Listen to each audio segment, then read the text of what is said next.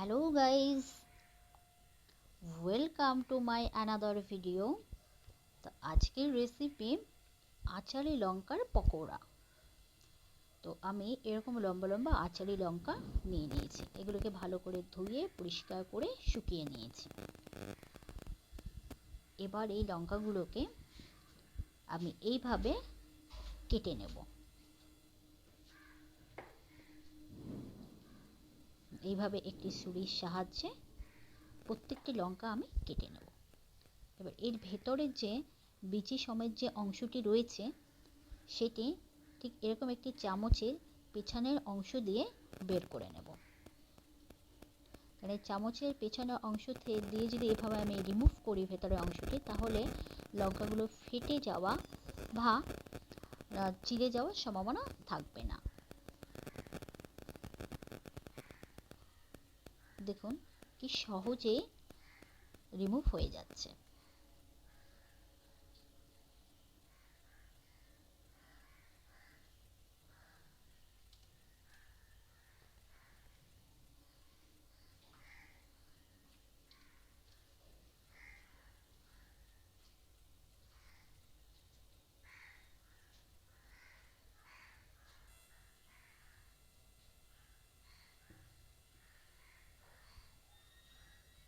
প্রত্যেকটি লঙ্কার ভেতরের অংশ আমার এইভাবে রিমুভ করে নিয়েছি আমি।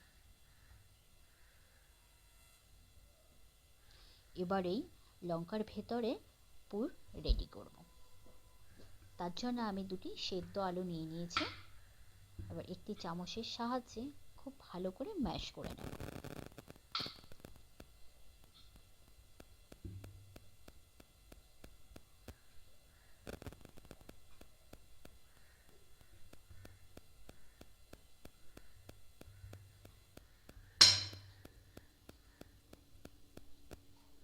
আপনারা হাতের সাহায্যেও ম্যাশ করে নিতে পারবেন।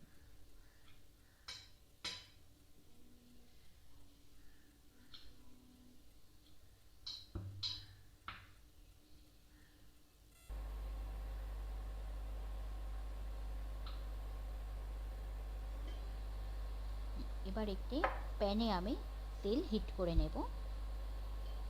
তেল হিট হয়ে গিয়েছে। এবার আমি এর মধ্যে অ্যাড করে দেব হাফ টিস্পুন জিরা,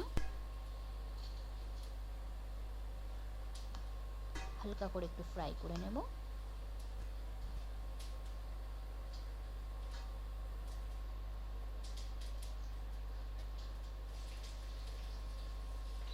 এবার এর মধ্যে অ্যাড করে দেব কুচনো আদা রসুন, স্টার ফ্রাই করে নেব।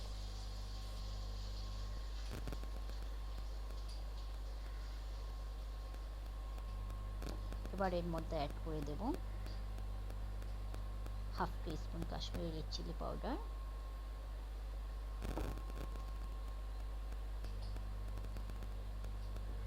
হাফ টিস্পুন ধনিয়া পাউডার, আর হলুদ গুঁড়ো। এবার একটু মিশিয়ে নিয়ে এবার এর মধ্যে অ্যাড করে দেব ম্যাশ করা আলু, যাতে মশলা পুড়ে না যায়।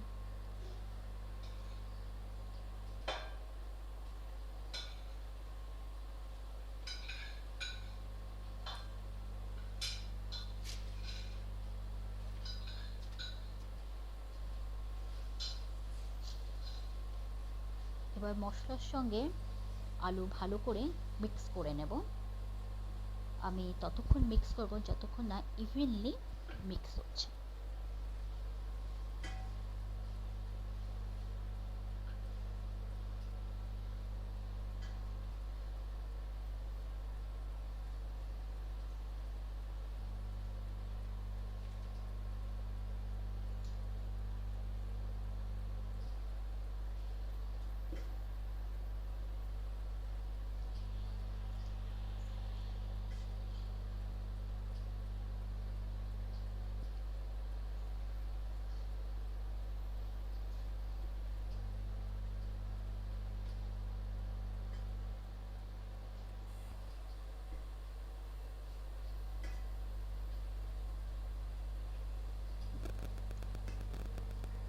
মিক্স হয়ে গিয়েছে।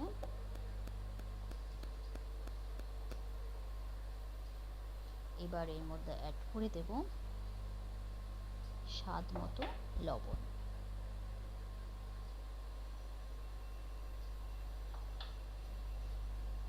সামান্য কাসুরি মেথি,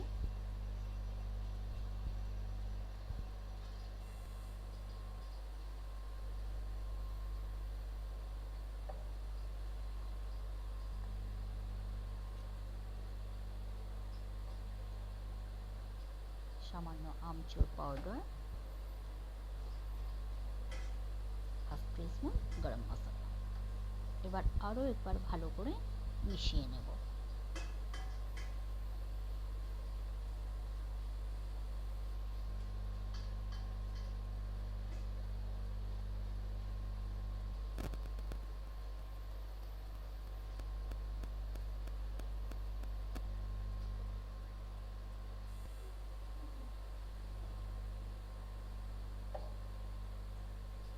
হ্যাঁ, মেশানো হয়ে গিয়েছে। এবার লাস্ট এর মধ্যে অ্যাড করে দেব ধনিয়া পাতা।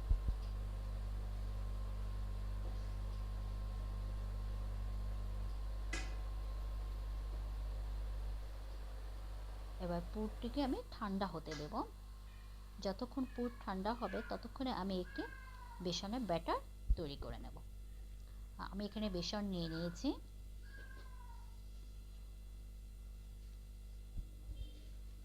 এবার এর মধ্যে দিয়ে দেব স্বাদ মতো লবণ,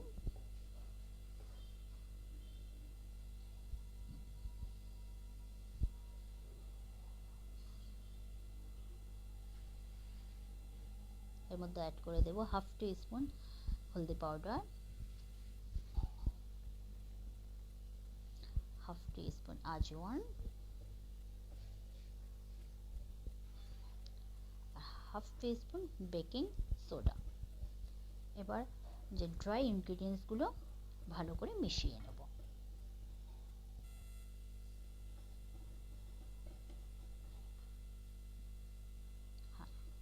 ড্রাই ইনগ্রিডিয়েন্টসগুলো মেশানো হয়ে গিয়েছে। এবার এর মধ্যে আমি অল্প অল্প করে জল দিয়ে একটি ব্যাটার, থিক ব্যাটার তৈরি করে নেব। কারণ এখানে কখনোই আপনারা একবারে জল অ্যাড করবেন না, অল্প অল্প করে জল অ্যাড করি একটা থিক ব্যাটার তৈরি করে নেবেন। এই ব্যাটারটি যদি পাতলা হয়ে যায় তাহলে লঙ্কার গায়ে ব্যাটার স্প্রে করবে না। ঠিক এরকম একটি থিক ব্যাটার তৈরি করতে হবে। তো আমি একটি গ্লাসে ট্রান্সফার করে নেব, কারণ গ্লাসের মধ্যে যখন আমি পকোড়া রেডি করব, ফ্রাই করব, তখন গ্লাসে লঙ্কাগুলোকে ডিপ করতে সুবিধা হবে, খুব ইজিলি ডিপ করা যাবে।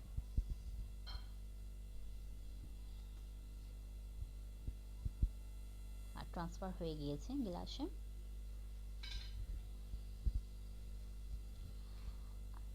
এবার আমি আর যে লঙ্কাগুলোকে মধ্যে পুরটি ভরে নেব। পুর সবসময় আপনার টাইট করে ভরে নেবেন, না হলে যদি কোনো কারণে পুর লুজ করে ভরা হয় তো সেক্ষেত্রে ফ্রাই করার সময় পুর বেরিয়ে আসতে পারে।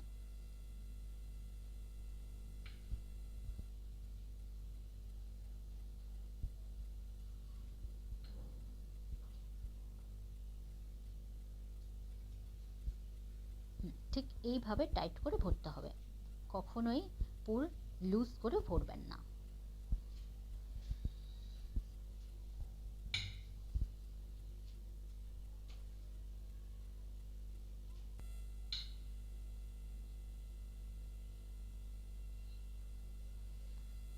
প্রত্যেকটি লঙ্কার মধ্যে পুর ভরা হয়ে গিয়েছে। এবার এগুলোকে ফ্রাই করার জন্য রেডি করব।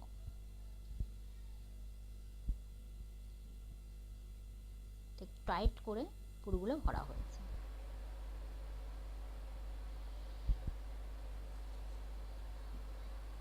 একটি প্যানে অয়েল গরম করতে দিয়েছি, আর তেল খুব ভালো করে গরম করে নিতে হবে।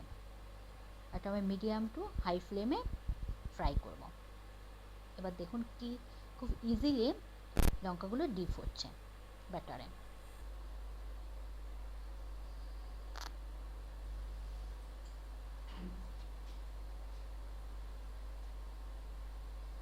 তেল হিট হয়ে গিয়েছে, এর মধ্যে আমি দিয়ে দিলাম ব্যাটারে ডোবানো লঙ্কা।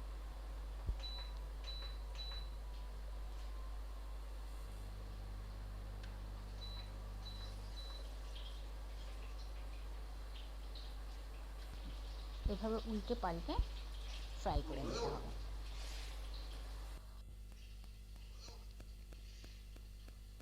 রেডি হয়ে গেল আমাদের আচালি লঙ্কার পকোড়া। বন্ধুরা, যদি ভিডিওটি ভালো লেগে থাকে তাহলে অবশ্যই বাড়িতে রেসিপিটি ট্রাই করবে এবং কমেন্ট করে আমাকে জানাবে। Like, share and subscribe, and description বক্সে ইনগ্রিডিয়েন্টসগুলো একবার চেক করে নেবে। Thank you.